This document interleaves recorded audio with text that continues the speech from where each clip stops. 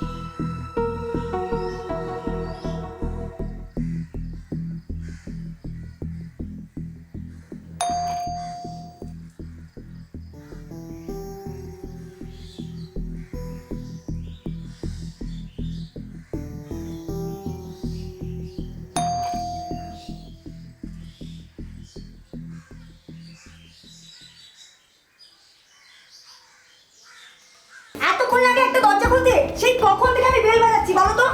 আমার কি আর কাজ নেই নাকি? সত্যি আরো 8-10টা বাড়িতে আমাকে কাজ করতে হয়, শুধু তোমার বাড়ি কাজ করি নাকি গো? সব বাড়িতে আধা ঘন্টা করে আমার কাজ। তোমার বাড়ি কাজ করতে করতে আবার আমার পাশের বাড়ি যেতে হবে, পাশের ফ্ল্যাটে আমার ওই বুড়ি আমাকে দেখতেই পারে না, আমাকে দেখলেই বলে এই মহিলার কোনো কাজই আমার পছন্দ হয় না। সত্যি বাবা, তোমরা যে কি মনে করেছো বুঝি না আমি কিছু। আর কি বলবো, সেই বুড়ির ক্যারকাট শোনো, আর ঘর মোজা, বাসন মাজা, কাপড় কাচা সব কাজ আমাকে ডবল ডবল করে করে।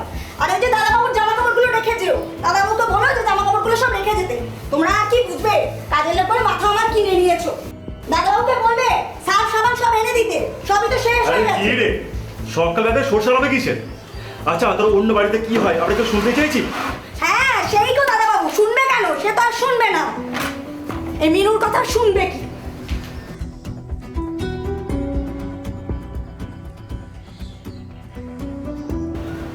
ঋতু क्या हुआ?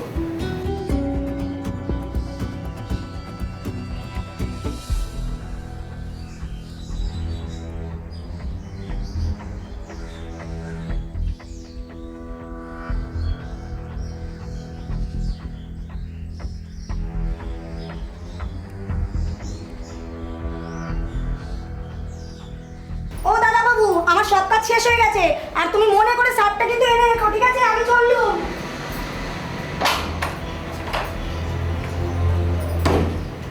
ও দাদা বাবু, দরজাটা ভেজিয়ে দাও।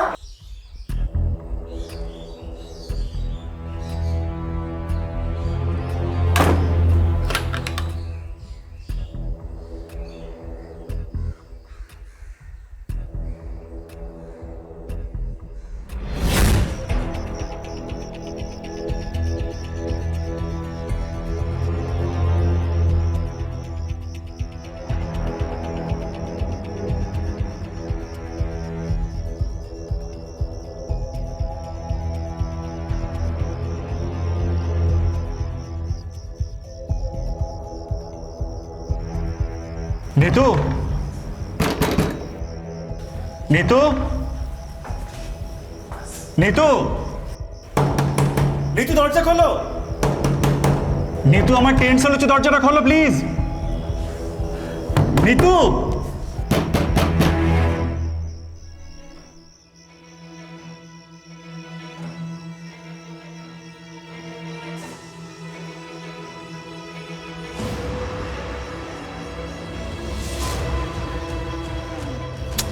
ফোনটাও তো ধরছে না नीतू नीतू দরজাটা খোলো প্লিজ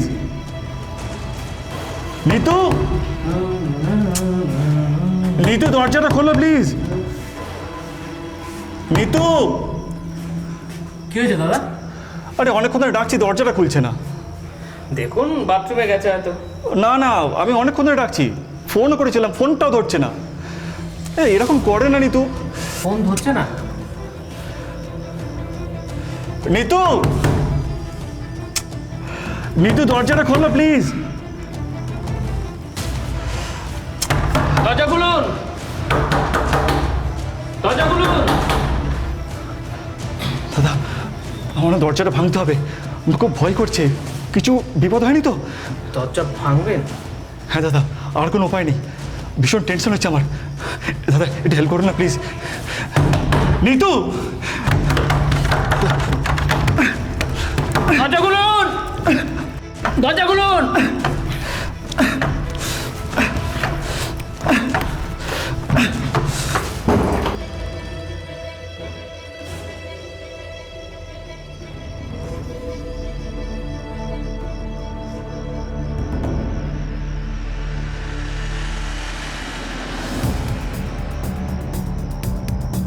नीतू नीतू ये কি পাগলামো করেছে नीतू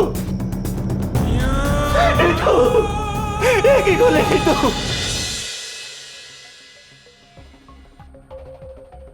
সব কথা খুলে বলবি নাকি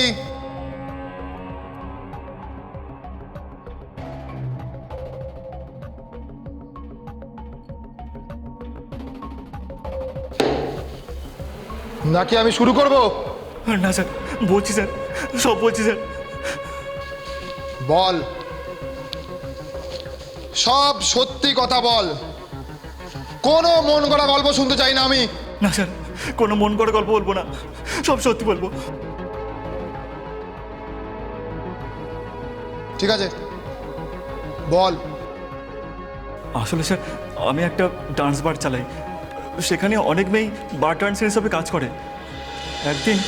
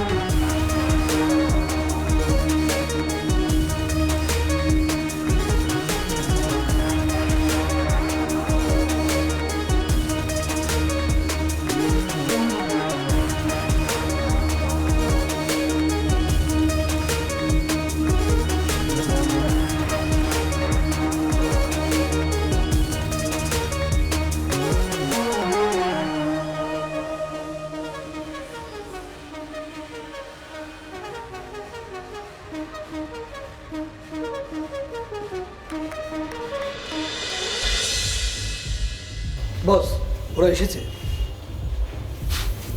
এই এসো এসো এসো, আচ্ছা বসো। बैठ बैठ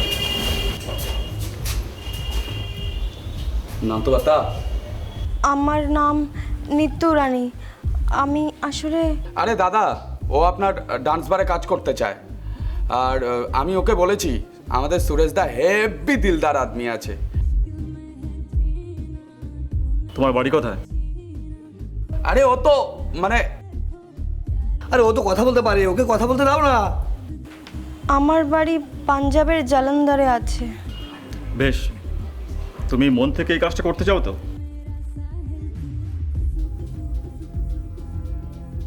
শোন, ওকে মেকআপ রুমে নিয়ে যা, বাকিদের বল ওকে রেডি করতে এখানকার মতো করে। পুরো রেডি করে আমার সামনে নিয়ে আয়, তারপর ডান্স দেখবো। ওকে দাদা, চলো তোমাকে মেকআপ রুম নিয়ে যাই। जा चल उसके साथ जा जा।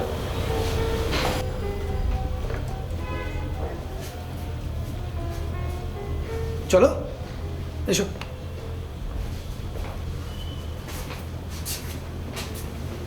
তা দাদা কেমন লাগলো মেয়েটাকে? আগে সেজে গুজে আসুক, ডান্স দেখি, তারপর তো বলবো। আরে তুমি আমার উপর ভরসা রাখো, আমার চোখ না পুরো এক্সরে মেশিন। আমি যখন নিয়ে এসেছি দেখো, এ তোমার ডান্স বার পুরো কাঁপিয়ে দেবে একদম, কেউ চোখ সরাতে পারবে না। এ তো প্রথম নয়, কত মেয়েকে দিয়েছি, তারা ভালো হয়নি। প্রথম প্রথম তো সবাই ভালো থাকে, ডান্স সেভাবে না পারলে এখানে তৈরি করা হয়, তারপর একটু ডিমান্ড বাড়লে ডানা গজিয়ে যায়, কোথাও একটু বেশি রেট পেলে সেখানে চলে যায়। এ সেরকম কিছু করবে না। কেন? এ ভালো ঘরের মেয়ে, টাকা পয়সার চাপে পড়ে এখানে এসছে। তুমি যদি ওকে বিপদের সময় সাহায্য করো না দাদা, ও সারা জীবন তোমার ডান্স বারে থেকে যাবে। বলেছিলাম না আমার এক্সরে মেশিনের মতো চোখ, আমি চিনতে পারি। ঠিক আছে, তুই তোরটা বিশ্বের থেকে নিয়ে নে। ঠিক আছে দাদা, তাহলে আজকে উঠছি।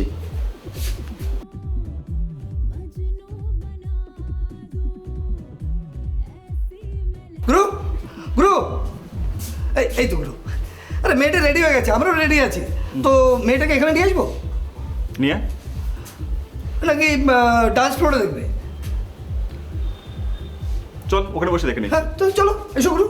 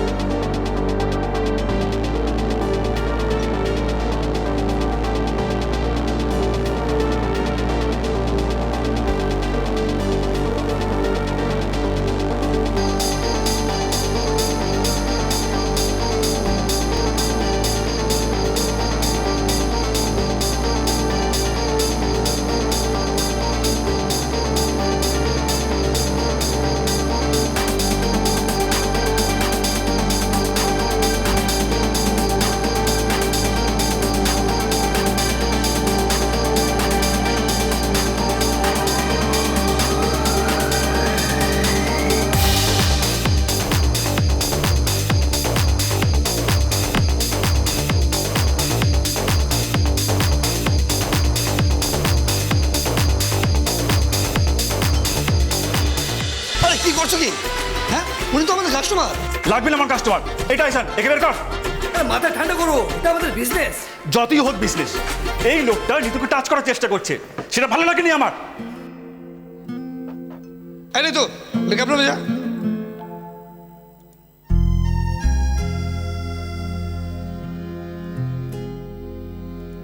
কি হলো? ভেতরে যা। এই তোরাও যা। বস, এইভাবে ব্যবসা চলে না।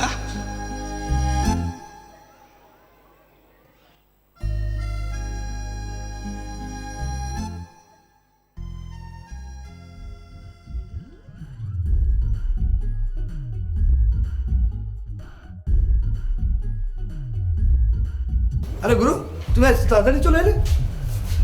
হ্যাঁ এমনি ভাবলাম যে সে যখন আসতে হবে একটু তাড়াতাড়ি চলে যাই। ভালোই করেছো। কদিন ধরে ভাবছিলাম তোমার সাথে হিসাবটা নিয়ে বসবো, তো আমি কাজ করি, ওই হিসেবের খাতাটা আর কাগজপত্রগুলো নিয়ে আসি। হ্যাঁ, এই বিশাল দাঁড়া, আজকে আনিস না, আজকে ভালো লাগছে না, পরের দিন দেখে দেবো। আর তুমি তো ফ্রি আছো, আনি না। আর মেয়েদের রেডি হওয়া তো অনেক দেরি, আর কাস্টমার অনেক লেটে আসবে।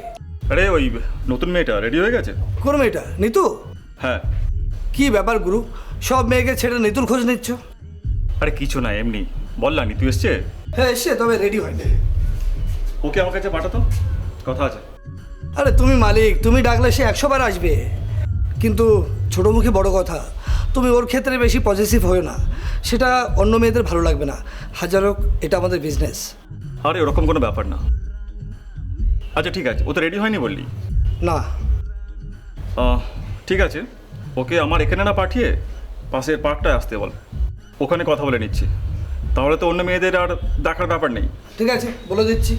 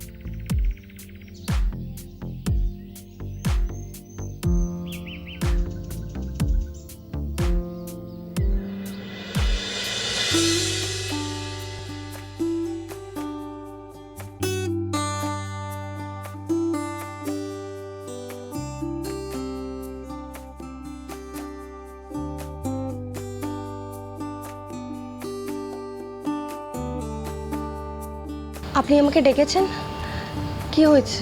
আরে ঘাবড়াবার কিছু নেই, এমনি ডেকেছি। সব কথা তো বাড়ি বসে হয় না, বসো না।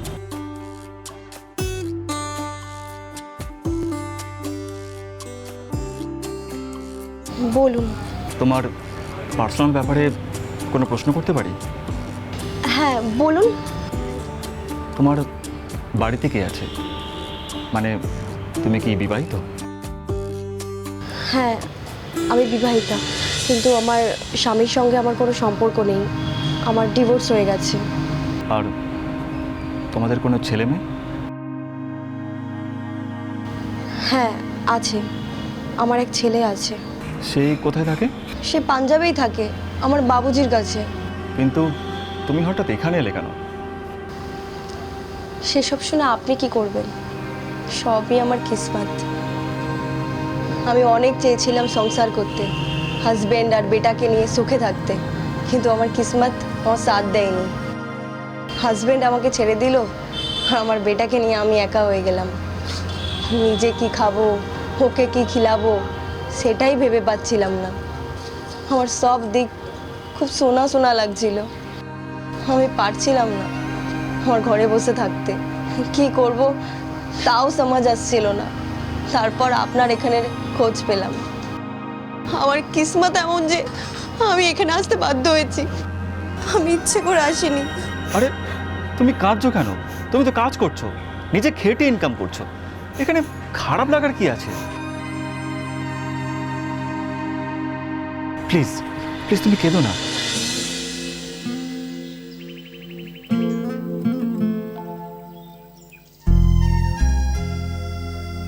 আজ থেকে তুমি নিজেকে একদম একা ভাববে না। আমি আছি তোমার পাশে। তোমার যত মনের কষ্ট সব আমাকে বলবে, আমি যেন তোমার চোখে কখনো জল না দেখি।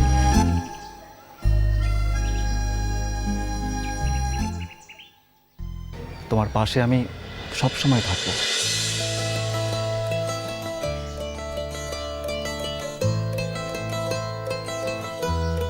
এই সুরেশ, আরে ওঠো।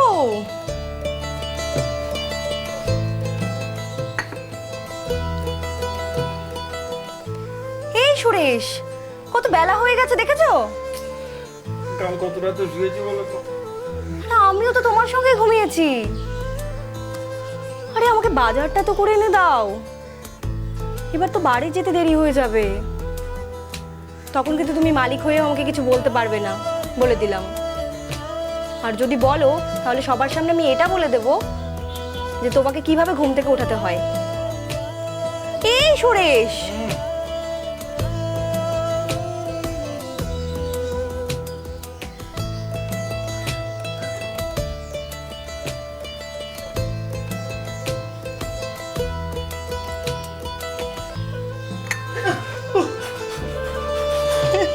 কি কেমন লাগলো? এবার থেকে যদি ডেকে তুলতে না পারি, এভাবেই কিন্তু তুলবো। তাহলে ছ্যাঁকা দিয়ে? হ্যাঁ, ছ্যাঁকা দি। আচ্ছা, তবে রে। এই দাঁড়াও বলছি, দাঁড়াও বলছি।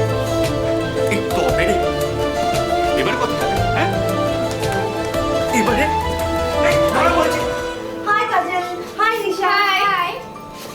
শোনো, তুমি রেডি হও, আমি ট্রান্সপোর্টে দেখে আসছি। আরে কাজল, দিশে এসছে? আমি জানি না তো। আচ্ছা, দেখে দিচ্ছি। এই দাঁড়াও, টিফিনটা তো খেয়ে নাও। তোমরা তো একসাথে থাকো, তুমি সুরেশের চেয়ে খেয়ে বেরোলে? আর বলো না, আরে ঘুম থেকে উঠতে এত দেরি হলে খাওয়ার সময়টা পাবে কি করে বলো তো? আমি জোর করে তুলে না দিলে তো আমারও আসতে আজকে লেট হয়ে যেত, নয়তো চানটাও এসে এখানে করতে হতো। দাঁড়াও, আমি আগে সুরেশকে টিফিনটা দিয়ে আসি।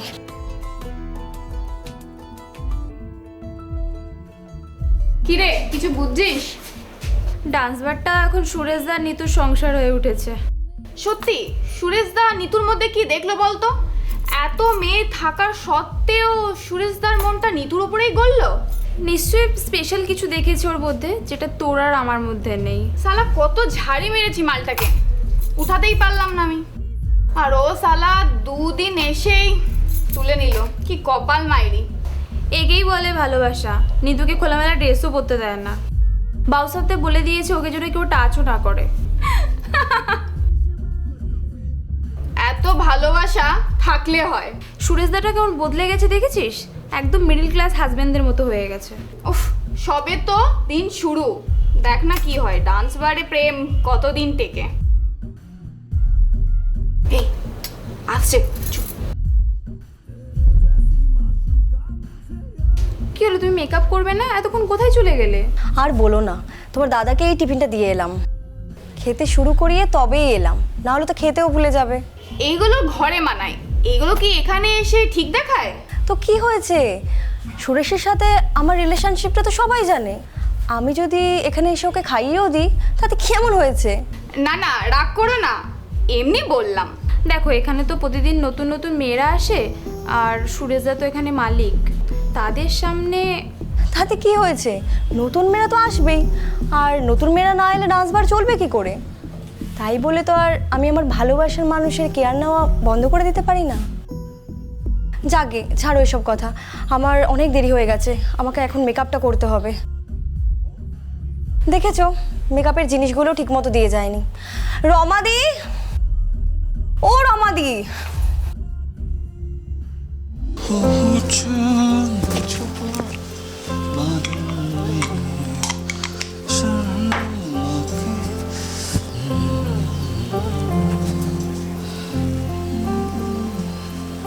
কি হলো? তুমি শার্ট পরে নিয়েছো, খাবে না? তোমার তো রান্না দেরি আছে। না, দেরি নেই তো, আর 30 মিনিট মতো লাগবে। ঠিক আছে, আমি বাইরে খেয়ে নেবো। কেন বাইরে খাবে কেন? আর রান্না তো এক্ষুনি হয়ে যাবে। আর তাছাড়া আমি তো তোমার সঙ্গেই যাব। না, আজকে একটা ইম্পর্টেন্ট কাজ আছে, আমাকে আগে বেরোতে হবে। কিসের ইম্পর্টেন্ট কাজ? আজকাল কি সৎ কৈফিয়ত তোমাকে দিতে হবে নাকি? জানতে চাইলে কৈফত নেওয়া হয়? উফ, সারাক্ষণ শুধু পজিটিভনেস। তুমি এত কথা কেন বাড়াচ্ছ? বলে দিলেই তো হয়ে যায়। আজ ডান্স বারে একটা নতুন মেয়ে আসবে, তার ইন্টারভিউ নিতে হবে। তার জন্য তোমাকে না খেয়ে চলে যেতে হবে? কাজটা তো তার দরকার, সে একটু ওয়েট করবে। আমি এক্ষুনি তোমাকে খেতে দিয়ে দিচ্ছি, তুমি খেয়ে নাও, ততক্ষণ আমি চানটাও করে নেব, তারপর দুজনে মিলে একসঙ্গে চলে যাব। মেয়েটা ওইটুকু ওয়েট করলে কিচ্ছু হবে না। এবার থেকে তোমার ইচ্ছে মতো চলতে হবে আমাকে। যদি এটা ভেবে দেখো ভুল করছো, আমি খাবো না, চললাম। এই দাঁড়াও, আরে কি দাঁড়াও বলছি, খেয়ে যাও। আরে না খেয়ে ভেবে যেও না। কি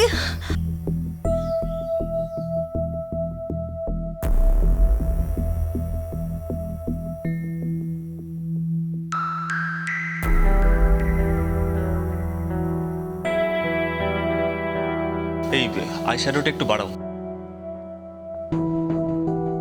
ঠিক আছে, হ্যাঁ, আর শুধু কাজল দিলে হবে না, আইল্যাশও দিতে হবে, নাহলে চোখটা বেশ ফুটে উঠবে না।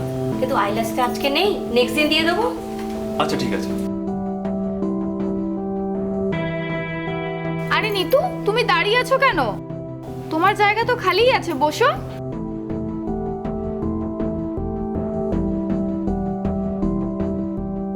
আরে ব্লাশারটা দাও, নাহলে মুখটা তো ঠিক ফুটে উঠছে না। বাহ, একটা কাজ করো, ওকে সাজিয়ে আমার কাছে পাঠিয়ে দাও, ঠিক আছে? আরে নিতু, তুমি আজ লেট করে এলে যে? তুমি তো সুরেশদার সাথেই আসো। না, আজকে আসলে একটু আমি লেট করে ফেলেছি, তাই। আচ্ছা, তোমার সাথে তো আলাপই হয়নি। আমি পুনাম, তুমি? আমি নিতু। আরে পুনাম, তুমি তো এখানে নতুন, তুমি কিছু জানোই না। নিতু হচ্ছে যে কাজল, আমি তোমার মতোই এই ডান্স বারে কাজ করি, আর কিছুই না। ও আচ্ছা। এই প্রণাম, তুই এখন রেডি নেই? চল চল, তোর জন্য সবাই ওয়েট করছে। হ্যাঁ, আমি রেডি। তোমরা লেট করো না, তোমরা এখনই আসো। আরে এই, আমি আসছি।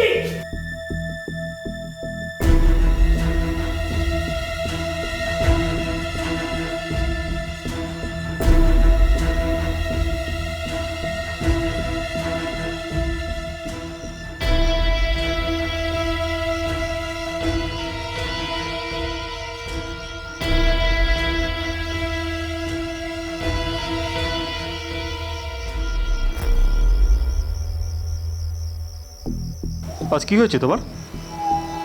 আগে চলে এলে, রোজ তো আমার সঙ্গে আসো, কি হলো? আমি কিছু একটা বলছি তোমায়। আমিও তো রোজ তোমার সঙ্গেই যাই, তাহলে আজ তুমি আমাকে না নিয়ে চলে গেলে কেন?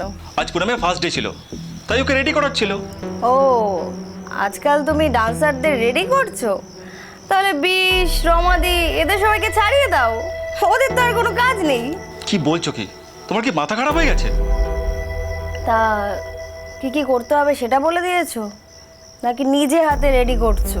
দেখো, তুমি ড্রিঙ্ক করেছো, গিয়ে শুয়ে পড়ো। না, আগে তুমি আমাকে উত্তর দাও, তুমি কি ওকে শুধু মেকআপই করিয়েছো, নাকি ড্রেসটাও পরিয়ে দিয়েছো? মানে কি বলতে চাইছো? একদম ঠিক বলেছি, আমি সব নিজে চোখে দেখেছি। তুমি কিভাবে পুনামের কেয়ার নিচ্ছিলে, পুনামের কোথায় কি হবে সব তুমি বলে দিচ্ছিলে, একবারও আমার দিকে তাকাওনি পর্যন্ত। আরে তাড়াহুড়ো ছিল, ফ্লোর ফাঁকা ছিল, পুনমকে রেডি করে নিয়ে যাওয়া ছিল, তাই। তাই আমাকে এসব বোঝাতে এসো না, আসলে আমি এখন পুরনো হয়ে গেছি তো, আমাকে তার এখন ভালো লাগবে না, নতুন নতুন পেয়েছো। তুমি কিন্তু ফালতু অশান্তি করছো। আমি সেরকমভাবে মিশতে যাইনি, ওটা আমার বিজনেস, ওটা করেই আমাদের চলে। মেয়েদের সাজিয়ে গুজিয়ে ডান্স ফ্লোরে নিয়ে যাওয়াটাই আমাদের কাজ। মিথ্যা দোষারোপ করো না, ভুল বোঝো না আমাকে। থাক, আমাকে ভুল বোঝাতে এসো না, তোমাকে আমার বোঝা হয়ে গেছে। শুধু পুনাম না, কাজল, নেহা, তুমি কাউকে ছাড়োনি, এই জন্যই তো ওদের সাথে এত মাখামাখি তোমার। কি সব বলছো? কার সাথে আমি কি করেছি? একদম ফালতু কথা বলবে না। ঠিকই বলেছি, কাজল, নেহা কেন আমার সাথে এভাবে কথা বলে আমি সব বুঝি। পুনাম আমাকে অ্যাটিটিউড দেখায়, আমার সামনে গিয়ে ডান্স করে, যাতে ওকে কাস্টমারটা বেশি বকশিস দেয়।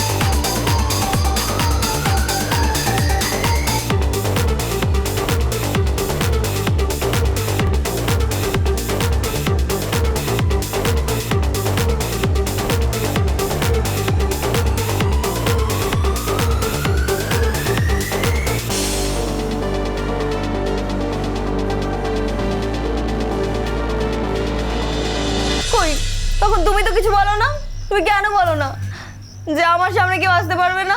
দেখো, ওটা আমার বিজনেস, ওখানে আমি এভাবে কথা বলতে পারি না। সম্পর্ক বাড়িতে, সেটা কাজে জায়গায় সবসময় মেনটেন করা যায় না, এটা তোমাকে বুঝতে হবে। আমাকে কিছু না বুঝিয়ে না নিজে বোঝো। আমাকে আর বোঝাতে হবে না, আমি সব বুঝে গেছি। ওফ, তুমি থামবে না, পুরো মাথাটি চেটে দিলে। আমি বাথরুমে যাচ্ছি, তুমি থাকো সব ভুলভাল চিন্তা ভাবনা নিয়ে।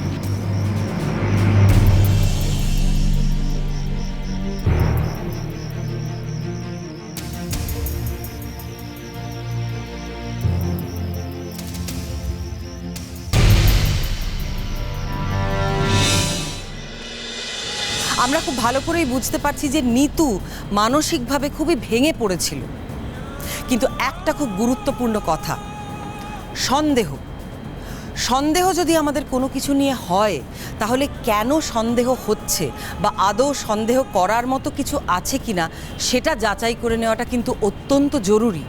তা না হলে হয়তো দেখা যাবে যে নিতুর মতোই শুধুমাত্র সন্দেহের উপর ভিত্তি করে কেউ নিজের জীবন দিয়ে দিচ্ছে বা আত্মহত্যা করছে, কিন্তু এটা তো কোনো প্রতিকার হতে পারে না, এটা কোনো মুক্তির পথও হতে পারে না।